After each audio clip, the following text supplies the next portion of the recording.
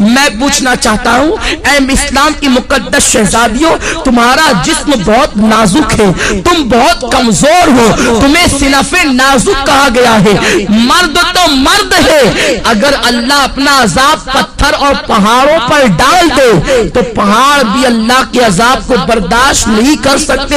میری بہنوں، تم اللہ کے عذاب کو کیسے برداشت کر سکو گی؟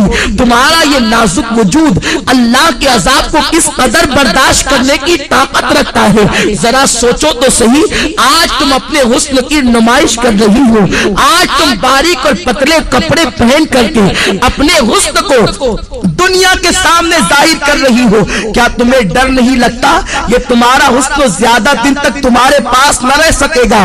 جوانی کتنے دن کے لیے آتی ہے؟ جوانی آتی ہے جانے کے لیے، جوانی آتی ہے ختم ہونے کے لیے۔ زیادہ سے زیادہ جوانی 10 سے 15 سال تک تمہارے پاس رہے گی۔ اپنی جوانی کی عمر میں تم اپنے حسن کی نمائش کر لو، تم اپنے حسن کی خوب نمائش کرو گی، اس کے بعد پھر کیا ہے؟ جس حسن کی تم نمائش کر رہی ہو، یہ نمائش تمہارا کرنا اسی تمہارے خوبصورت چہرے کو کبھی قبر کے کیڑے کھائیں گے، کبھی قبر کی مٹی کھائے گی۔ اپنی بڑی بڑی آنکھوں میں کاجل لگا کر، اپنی خوبصورت آنکھوں میں کاجل لگا کر بار بار آئینوں کو دیکھتی ہو اور بار بار عورتوں پہ فخر محسوس کرتی ہو کہ میری آنکھیں اتنی خوبصورت ہے، میرا چہرہ اتنا خوبصورت ہے۔ ارے نادانو، تمہارے خوبصورت چہرے کی حقیقت کیا ہے؟ اگر تمہارے چہرے پر چند پھنسیاں نکل آئے تو تمہارا شوہر بھی تمہاری طرف نگاہ اٹھا کر دیکھنے کو تیار نہ ہوگا، مگر اللہ اکبر، اس دنیا کے اندر اپنے چہرے کو حسین بنانے کے لیے، اپنے چہروں کو خوبصورت بنانے کے لیے اس قدر اہتمام کرتی ہو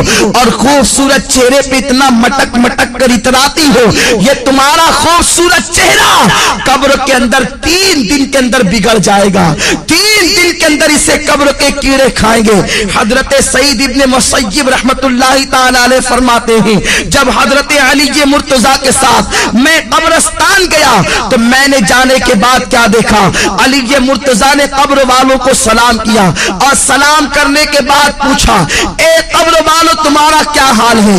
تمہاری کیا کیفیت ہے؟ تو ایک قبر سے آواز آئی، علی کیا پوچھتے ہو؟ جس خوبصورت بالوں کو ہم دن میں کئی مرتبہ سنوارتے تھے وہ بال ہماری کھوپڑیوں سے جھڑ چکے ہیں۔ اے علی کے مرتضیٰ، جن آنکھوں پر ہم بہت فخر کرتے تھے وہ آنکھوں کے گودے بے بے کر کے گالوں سے گر رہے ہیں۔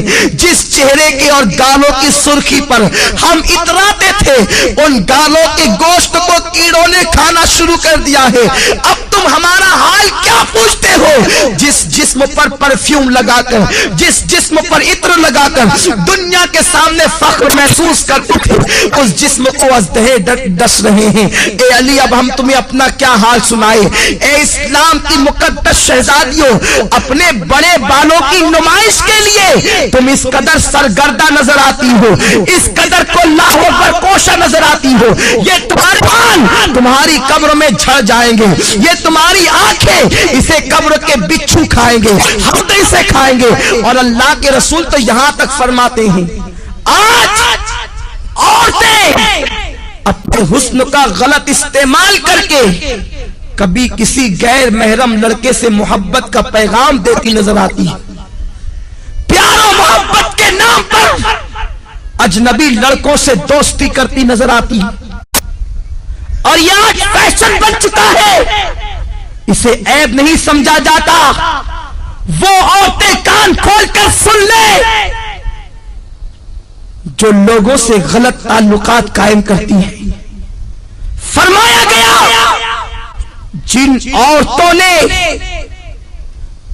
دوسرے مردوں سے تعلقات قائم کرنا تو بہت بڑا جرم ہے، ایک مرتبہ اپنا ہاتھ کسی دوسرے مرد کے ہاتھ میں دیا ہوگا، اس عورت پر اللہ اس کی قبر میں 99 سانپ مسلط فرمائے گا،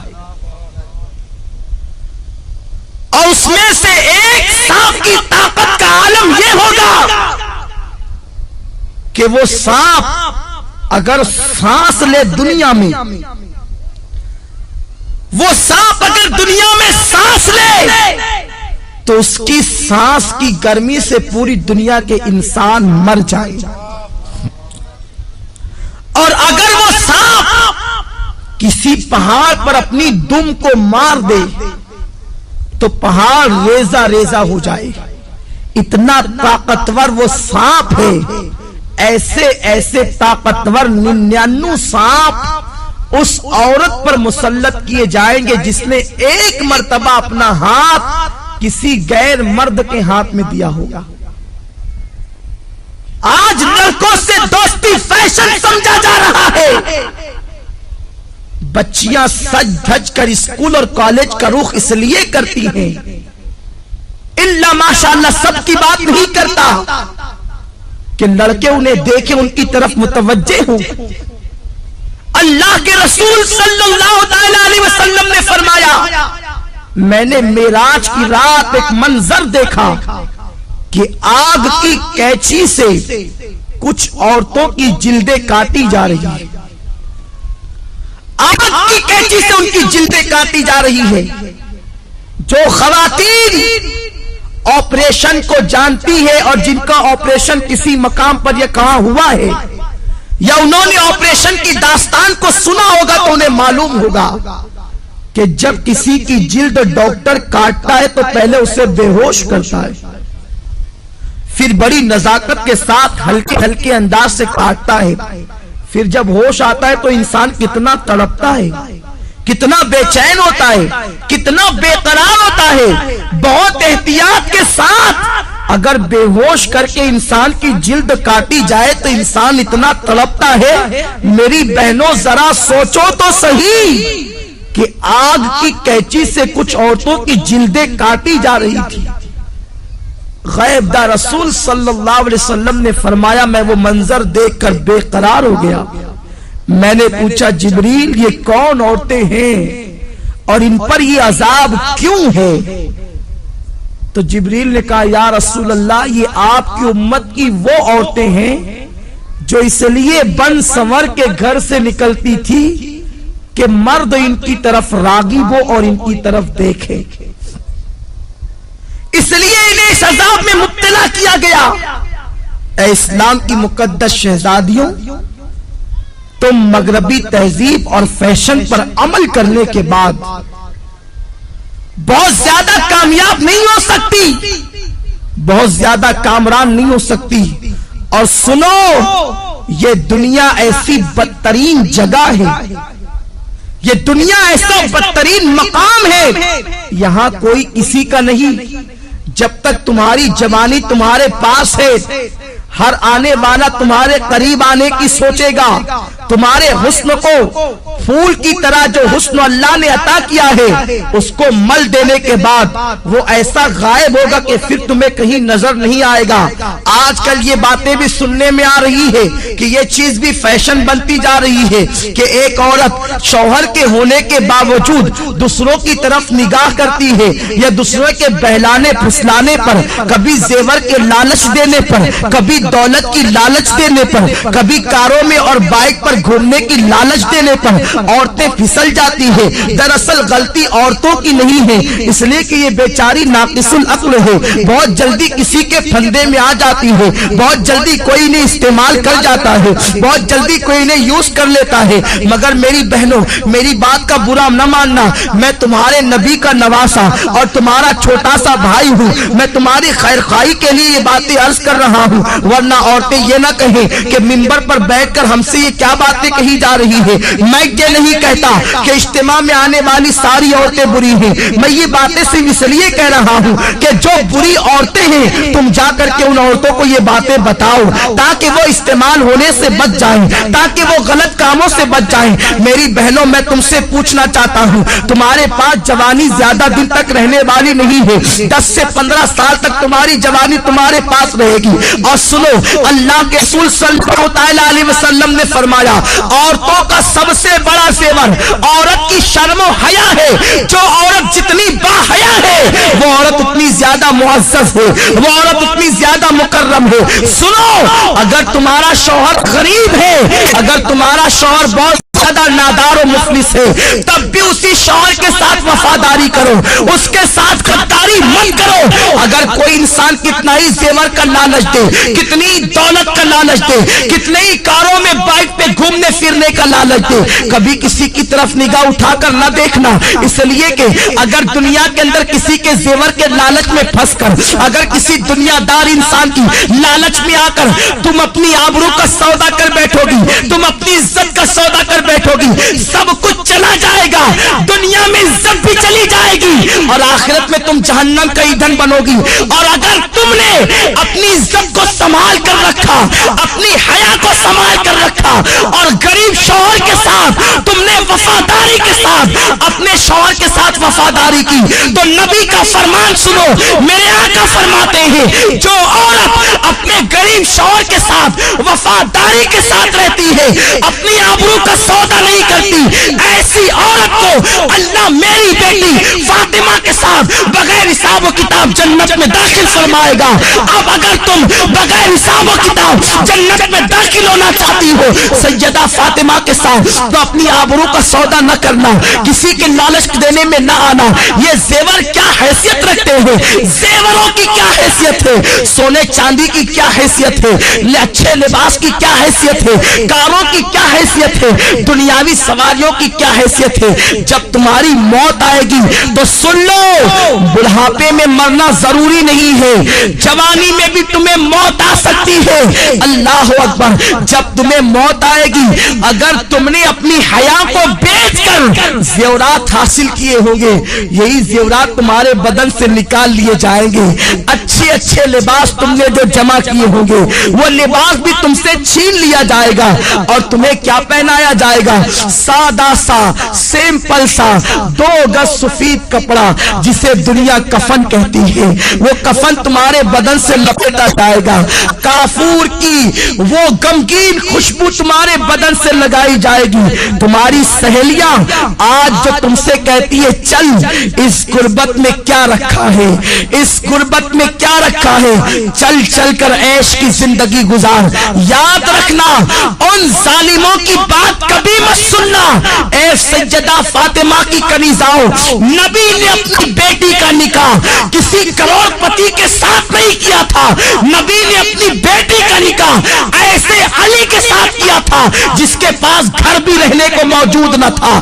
حضرت علی کے میں سے میرے آقا کہتے ہیں علی میں فاطمہ کے ساتھ تمہارا نکاح کرنا چاہتا ہوں۔ علی ایسے تھے، اس وقت ان کے پاس مہر دینے کے لیے پیسے بھی نہ تھے، کپڑے پہنانے کے لیے پیسے بھی نہ تھے۔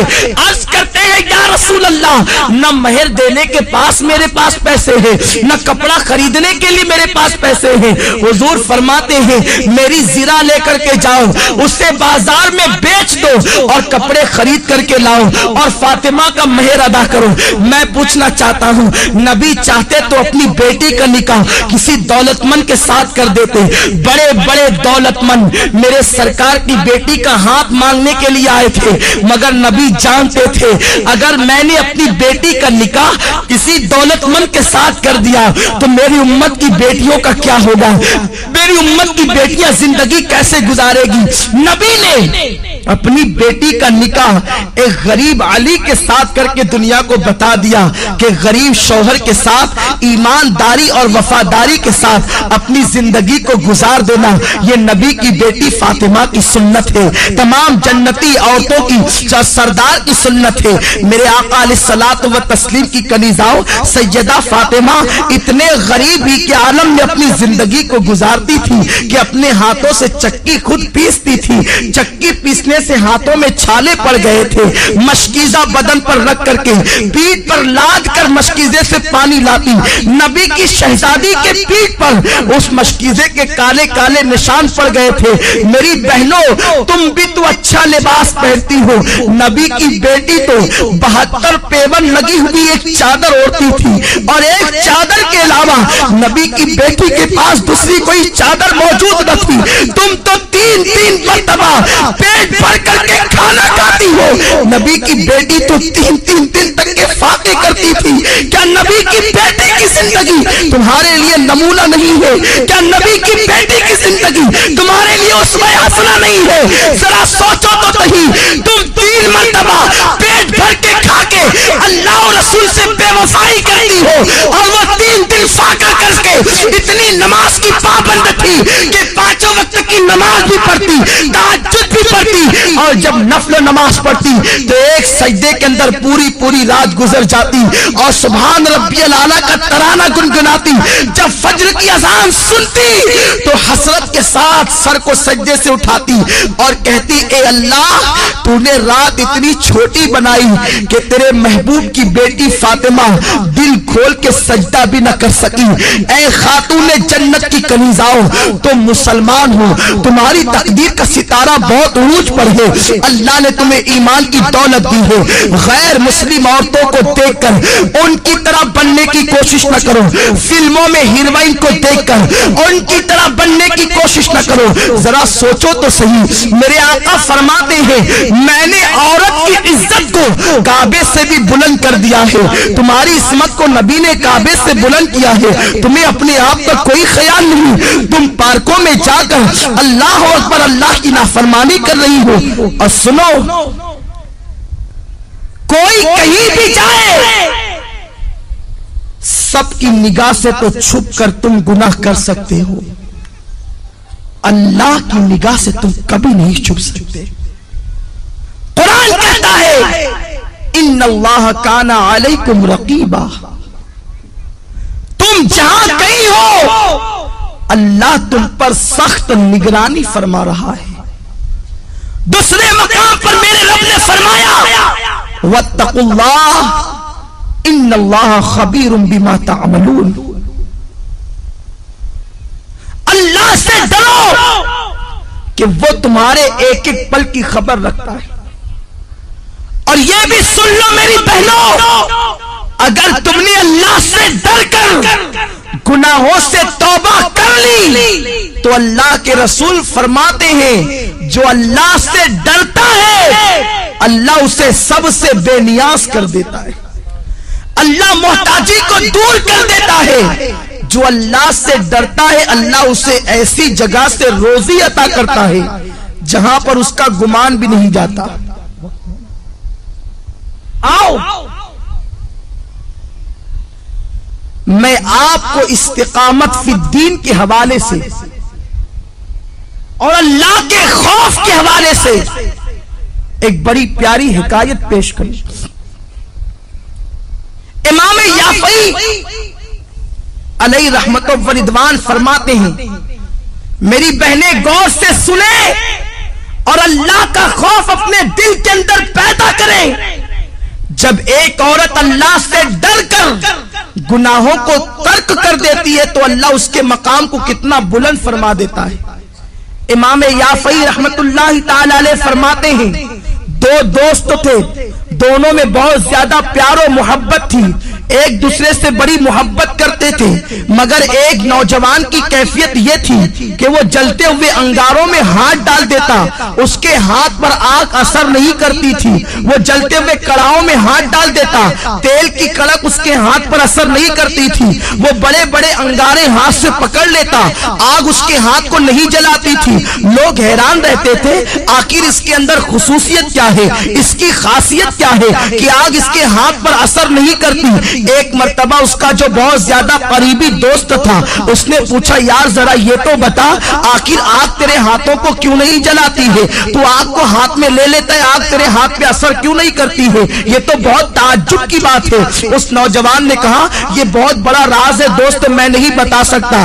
آخرکار اس نے بہت زیادہ پریشر کیا اور پھر اس دوست نے کہا سن لے اگر تم میرے اس راز کی بات کو سننا چاہتا ہے تو سن. میری بہنوں سے کہتا ہوں میری بہنوں تم بہت غور سے اس حکایت کو سنو، شاید یہی حکایت آپ کی زندگی کے اندر انقلاب پیدا کر دے۔ وہ نوجوان کہتا ہے میرے بھائی دراصل معاملہ یہ ہے، میں نوجوان تھا، میں نے جوانی کی دہلیز پہ قدم رکھا، میرے پاس حسن بھی تھا، میرے پاس دولت بھی تھی، میرے پاس سب کچھ تھا، میں بڑے مالدار باپ کا بیٹا تھا۔ جب میں نے جوانی کی دہلیز پہ قدم رکھا تو مجھے عیاشیوں کی فکر ہوئی۔ ظاہر سی بات ہے جب انسان کے پاس دولت آتی ہے تو وہ عیاشی کی طرف بڑھتا ہے، وہ کسی نہ کسی کی عصمت کا سودا کرنے کا سوچتا ہے۔ وہ نوجوان کہتا ہے ایک رات میں کھانا کھا کے گرمیوں کے موسم میں اپنے گھر کے اوپر کے چھت پر ٹیرس پر گھوم رہا تھا، ٹہل رہا تھا، میں نے کیا دیکھا کہ میرے گھر کے سامنے ایک بہت خوبصورت لڑکی ٹہل رہی ہے۔ جب میں نے اس لڑکی کو دیکھا تو اس سے میرے دل میں محبت پیدا ہو گئی، میں نے اس لڑکی سے گفتگو کرنا چاہیے۔ میں نے اس لڑکی سے کہا تجھے جتنی دولت چاہیے لے لے، مگر تو میرے ساتھ میں جیسا کہوں ویسا ہی کرنا۔ مگر وہ لڑکی کوئی معمولی لڑکی نہیں تھی، وہ آج کل کی آوارہ لڑکیوں کی طرح، آج کل کی اسکول اور کالج کی اپنی مرضی سے جینے والی لڑکیوں کی طرح لڑکی نہیں تھی۔ اس لڑکی کے ماں باپ نے اس کی پرورش ٹی وی اور وی سی آر کے سائے میں نہیں کی تھی، بلکہ وہ لڑکی ایک نیک اور پرہیزگار ماں باپ کی بیٹی تھی۔ اس کے ماں باپ نے اس کی پرورش جو ہے وہ ناولوں کے سائے میں، ہیروئن اور ہیرو کی زندگی کے سائے میں نہیں بلکہ سیدہ فاطمہ کے کردار کے سائے میں کی تھی، قرآن مقدس کی تعلیم کے سائے میں کی تھی۔ جب اس لڑکی کے سامنے اس نوجوان لڑکے نے دولت کو پیش کر کے اس کی عصمت کا سودا کرنا چاہا تو لڑکی نے بڑا پیارا جواب دیا، اے نوجوان لذت کے لیے گناہ مت کر، لذت چلی جائے گی گناہ باقی رہ جائے گا۔ لذت کے لیے گناہ مت کرو، یہ لذت چلی جانے والی چیز ہے، اور گناہ ایک مرتبہ گناہ کے دفتر میں لکھ دیا گیا وہ ہمیشہ باقی رہے گا۔ ارے ایک گناہ کا عذاب انسان برداشت نہیں کر سکتا، انسان ہزاروں گناہ کرتا۔ قرآن کہتا ہے اِنَّا بَطْشَ رَبِّكَ لَشَدِيدٌ، تیرے رب کی پکڑ بڑی سخت ہے۔ اے میری بہنوں کم از کم اپنے آپ سے تو تم محبت کر لو، اللہ کا عذاب بڑا خطرناک ہے۔ ساری دنیا مل کر اس کے ایک چھوٹے سے عذاب کو برداشت نہیں کر سکتی، تم اتنے گناہ کر کے اتنے بے باکی کے ساتھ زندگی گزارتے ہو، تمہیں اللہ کا ڈر نہیں ہے، تمہیں مرنا نہیں ہے، کہ تمہیں قبر میں نہیں جانا ہے۔ وہ نوجوان کو اس لڑکی نے کہا لذت کے لیے گناہ مت کر، لذت چلی جائے گی گناہ باقی رہ جائے گا۔ وہ نوجوان کہتا ہے میں اس لڑکی کے پیچھے لگا رہا، وہ لڑکی مجھے اللہ سے ڈراتی رہی۔ آخر کیا ہوا، ہمارے شہر میں قحط سالی کا زمانہ آیا، سوکھا پڑ گیا، قحط پڑ گیا، ہر غریب امیر کے دروازے پر بھکاری کی طرح کھڑے ہو گئے۔ میں مالدار باپ کا بیٹا تھا، میرے باپ نے مجھے بہت سارا اناج دیا، کہا بیٹا تقسیم کرو۔ میں اناج تقسیم کر رہا تھا کہ میرے دروازے پہ وہ لڑکی بھی چلی آئی۔ میں نے اس لڑکی کو قطار میں دیکھا، میں خوش ہو گیا کہ آج اپنی دل کی خواہش پوری کروں گا۔ میں نے جلدی اپنے نوکروں سے کہا کہ اس سب کو دے کر کے بھگا دو، اور اس لڑکی کو میں نے اپنے کمرے میں بلایا۔ لڑکی سے پوچھا کیا بات ہے، کیوں آئی ہو، آنے کی وجہ کیا ہے؟ لڑکی نے کہا اے نوجوان تو جانتا ہے کہ میری شادی ہو چکی ہے اور میرے 3 بچے ہیں، میں ماں ہوں، میرے بچے بھوک کی وجہ سے تڑپ رہے ہیں، خدا کے لیے کچھ اناج دے دے تاکہ میرے بچوں کی زندگی بچ جائے۔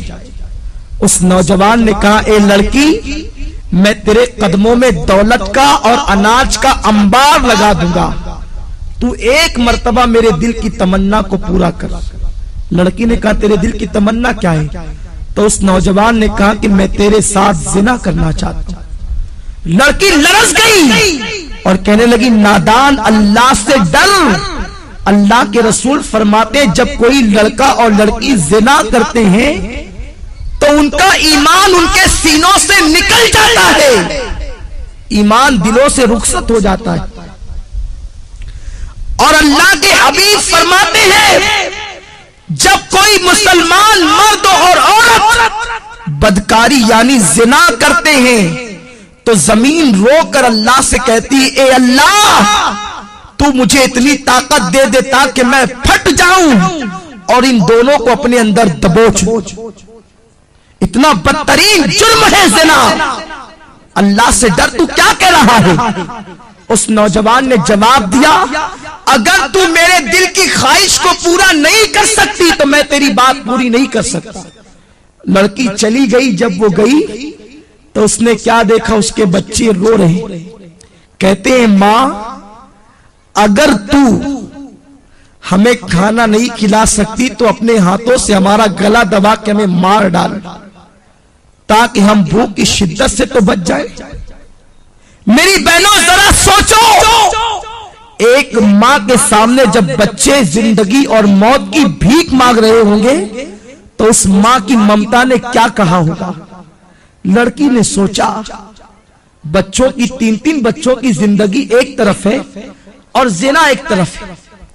اگر میں زنا کر لوں اور اناج حاصل کر کے بچوں کو کھلا دوں میرے بچے تو بچ جائیں گے, بعد میں توبہ کر لوں گی. توبہ کا دروازہ تو کھلا ہے. اور یہ کہہ کے وہ چل پڑی. یہ شیطان کا سب سے خطرناک جال ہے کہ ابھی تو گناہ کرو بعد میں توبہ کر لیں گے. ہمیشہ سوچو تمہارے پاس گارنٹی کیا ہے کہ تمہیں گناہ کرنے کے بعد توبہ کا موقع ملے گا. کیا گناہ کرتے کرتے مر گئے تو کیا ہوگا؟ ہمارے محلے کی بات ہے, ایک خاتون رات 12 بجے کے بعد فلم دیکھ رہی تھی. گھر میں اکیلے تنہا بیٹھے فلم دیکھتے دیکھتے اس کا انتقال ہو گیا. پورے محلے میں ہنگامہ ہو گیا کہ اس عورت کا انتقال فلم دیکھتے دیکھتے ہوا. محلے کے 80% لوگوں نے اس کا جنازہ نہیں پڑھا اور آج بھی دنیا اس پہ لعنت و ملامت کر رہی ہے. کہیں ایسا تو نہیں کہ کوئی گناہ کرتے کرتے آپ کو ہی موت آ جائے اور ساری دنیا قیامت تک آپ کا ذکر کر کے آپ کو ملامت کرے؟ تو یہ مت سوچنا کہ گناہ کرنے کے بعد توبہ کا موقع مل جائے گا. اگر گناہ کرتے کرتے موت آ گئی تو کیا ہوگا؟ میرے آقا فرماتے ہیں جو جس حال میں مرے گا اسی حال میں اٹھایا جائے گا. اگر گناہ کرتے کرتے مرو گے تو اسی کیفیت میں اٹھائے جاؤ گے. تو بہرحال وہ لڑکی چل پڑی. مختصر عرض کر رہا ہوں, رستے میں آئی تو اس لڑکی نے سوچا کہ اگر میں گناہ کر لوں اور بچوں کی زندگی نہ بچے تب اگر اللہ چاہے تو وہ کھانے کے بعد بھی مر سکتے ہیں. ضروری تو نہیں کہ کوئی بھوکا ہی مرے, کھانے کے بعد بھی بچے مر سکتے ہیں. تو بچوں کی زندگی کے لیے اپنی عصمت پر داغ کیوں لگاؤں؟ جس رسول کے صدقے مجھے عزت ملی, وقار ملا, زندگی ملی, میں اس رسول کا دل کیوں دکھاؤں؟ یہ سوچ کر وہ گئی اور نوجوان سے کہا میرے بچوں پہ رحم کر کے کچھ دے دے. تو اس نے کہا تو میری دل کی خواہش پوری کر, میں تیری خواہش پوری کر دوں گا. لڑکی نے کہا اے نوجوان کان کھول کے سن لے, اپنے ایک ایک بچے کو بھوک سے تڑپ تڑپ کر مرتا دیکھنا تو گوارا کر لوں گی مگر نبی کی نافرمانی نہیں کروں گی, کبھی گناہ کی طرف نہیں جاؤں گی. یہ کہہ کر وہ لڑکی پلٹ گئی اور آ کر حضرت فاطمہ کی سنت کو ادا کیا. وضو کیا اور سر سجدے میں رکھ کر کہتی ہے مولا تو نے کہا ہے گناہ سے بچنے کے لیے میں بچ گئی, اب میرے بچوں کی زندگی بچانا تیرے کرم کا کام ہے. ادھر یہ دعا کر ہی رہی تھی, ادھر دروازے پہ دستک ہوئی. دروازہ کھول کے دیکھا تو وہی نوجوان اپنے نوکروں کے ساتھ کھڑا ہے. اس کے ہاتھوں میں بہت سارے روپیوں کے تھال اور اناج موجود ہے, کھانا موجود ہے. لڑکی نے کہا کیا بات ہے, کیوں آئے ہو؟ اس نوجوان نے کہا اے عورت تو غریب بھوکی پیاسی ہو کر اللہ سے اتنا ڈرتی ہے تو مجھے مالدار ہو کر اللہ سے کتنا ڈرنا چاہیے. میرا دل تیرے تقوی اور پرہیزگاری کی وجہ سے بدل گیا. آج کے بعد میں تجھے اپنی بہن مانتا ہوں، سارے ناپاک ارادوں سے میں نے توبہ کر لی، یہ لے میری طرف سے تحفہ قبول فرما اور اپنے بچوں کو کھلا دے۔ اس لڑکی نے کہا رک جا، پھر سجدہ کیا اور کہتی ہے اے اللہ، یہ نوجوان اگر اپنے قول میں سچا ہے، یہ اگر صحیح کہتا ہے تو یہ تیری بندی تیری بارگاہ میں دعا کرتی ہے کہ تو اس پر دنیا کی آگ بھی حرام کر دے اور جہنم کی آگ بھی حرام کر دے۔ وہ نوجوان کہتا ہے وہ اللہ سے ڈرنے والی بندی کی دعا کا اثر ہے کہ جیسے میں آگ میں ہاتھ ڈال دیتا ہوں تو آگ میرے ہاتھوں پر اثر نہیں کرتی، اس کی دعا میں اتنی تاثیر کہ اس نے مجھے دعا دے دی تو میں دنیا کی آگ کو پکڑتا ہوں تو آگ میرے ہاتھوں پر اثر نہیں کرتی۔ مجھے امید ہے کہ جہنم کی آگ بھی میرے جسم پہ اثر نہیں کرے گی۔ میری بہنوں ذرا سوچو تو صحیح، اگر ایک عورت گناہ سے بچے، ایک عورت اگر برائی سے بچے تو اس کی دعا میں اتنی تاثیر پیدا ہو جائے کہ اگر وہ کسی کے لیے دعا کر دے کہ تیرے ہاتھ پر دنیا کی آگ اثر نہ کرے تو دنیا کی آگ اسے جلا نہیں سکتی، تو خود اس بندی کے وجود کا عالم کیا ہوگا، خود اس بندی کی شان و شوکت کا عالم کیا ہوگا۔ تو میری بہنوں تم اپنے مقام کو پہچانو، تم نبی کی امتی ہو، تم سرکار کی کنیز ہو، تم سیدہ فاطمہ کے نقش قدم پر چلنے کے لیے پیدا کی گئی ہو۔ اپنی عصمت و آبرو کو سمجھو اور اپنی آبرو کا سودا نہ کرو۔ اور چلتے چلتے آخری بات بتا دوں، اگر کوئی میری بہن غلطی سے کوئی گناہ کر چکی ہے تو وہ پریشان نہ ہو، آج بھی توبہ کا دروازہ کھلا ہوا ہے، صدق دل سے توبہ کر لو۔ ابھی تھوڑی دیر کے بعد یہاں پر دعا ہوگی، ذکر ہوگا، اس میں چند آنسو بہا کے توبہ کر لو، اللہ تمہاری توبہ کو قبول فرما لے گا۔ میرے آقا فرماتے ہیں التائب من الذنب کمن لا ذنب لہ، کہ گناہ سے توبہ کرنے والا ایسا ہے جیسے اس نے گناہ کیا ہی نہیں۔ اور اللہ فرماتا ہے واللہ یحب التوابین، کہ بے شک اللہ تبارک و تعالی توبہ کرنے والوں کو اپنا محبوب بنا لیتا ہے۔ ان اللہ یحب التوابین، بے شک اللہ توبہ کرنے والوں کو اپنا محبوب بنا لیتا ہے۔ تو میری بہنوں توبہ کر لو، توبہ کا دروازہ اب بھی کھلا ہے۔ اگر فلمیں دیکھ کر یا ڈرامے دیکھ کر یا پارکوں میں جا کر یا کہیں پر کوئی خطا ہو گئی ہو تو آج صدق دل سے توبہ کر لو، انشاءاللہ اللہ تمہاری توبہ کو قبول فرمائے گا۔ آئیے اس سلسلے میں ایک بات میں تمہارے سامنے اور پیش کر دوں کہ توبہ اللہ اپنے بندوں کی قبول کرتا ہے، مگر توبہ نام کس چیز کا ہے؟ کانوں کو پکڑنے کا نام توبہ نہیں، گالوں کو پیٹنے کا نام توبہ نہیں۔ توبہ کہتے اسے ہیں ایک مرتبہ اپنے اللہ سے دل ہی دل میں عہد کر لیا کہ مولا اب میں کبھی گناہ نہیں کروں گی، دوبارہ آندھی آئے طوفان آئے قیامت آ جائے مگر تم دوبارہ اس گناہ کی طرف نہ جاؤ، اسی کا نام سچی توبہ ہے۔ اور سچی توبہ کرنے والوں کا مقام بہت بلند ہو جاتا ہے، اس کا مرتبہ بہت بڑا ہو جاتا ہے۔ آج میں آپ کو بتاؤں، حضرت ذوالنون مصری علیہ رحمت و رضوان کے دربار میں ایک کچھ محلے کے لوگ آئے اور آنے کے بعد کہتے ہیں اے ذوالنون مصری، ہمارے محلے کے اندر ایک رقاصہ آئی ہے، ایک ناچنے والی آئی ہے، ایک ڈانس کرنے کے لیے آئی ہے، اور نوجوان جاتے ہیں اور رات بھر اس کے ساتھ بدکاری کرتے ہیں، اس طریقے سے وہ ماحول خراب کر رہی ہے، پورے محلے کا معاشرہ تباہ ہو رہا ہے۔ میری بہنوں ذرا غور سے سنو، اللہ کیسا کریم و رحیم ہے، اللہ کیسا ستار و غفار ہے۔ حضرت ذوالنون مصری اللہ کے ولی تھے، اللہ اکبر۔ جب ان کے دربار میں محلے کے لوگ آئے کہ محلے میں گناہ ہو رہا ہے، ایک عورت تباہی مچا رہی ہے، نوجوان کھچے کھچے اس کی طرف جا رہے ہیں، اسے محلے سے نکال دو، اللہ اکبر۔ مگر سنو، اگر کوئی گناہ کرے تو اسے محلے سے نکالنے کی کوشش نہ کرنا، گناہ کرنے والوں کو کبھی حقیر مت سمجھو، ہمیں گناہ سے نفرت کرنے کا حکم دیا گیا ہے، گنہگار سے نفرت کا حکم نہیں دیا گیا، ہمیں مرض سے نفرت کا حکم دیا گیا ہے، مریض سے نفرت کا حکم نہیں دیا گیا۔ گناہ مرض ہے، گناہگار مریض ہے، اگر تم مریض سے نفرت کرو گے تو گنہگاروں کا علاج کون کرے گا؟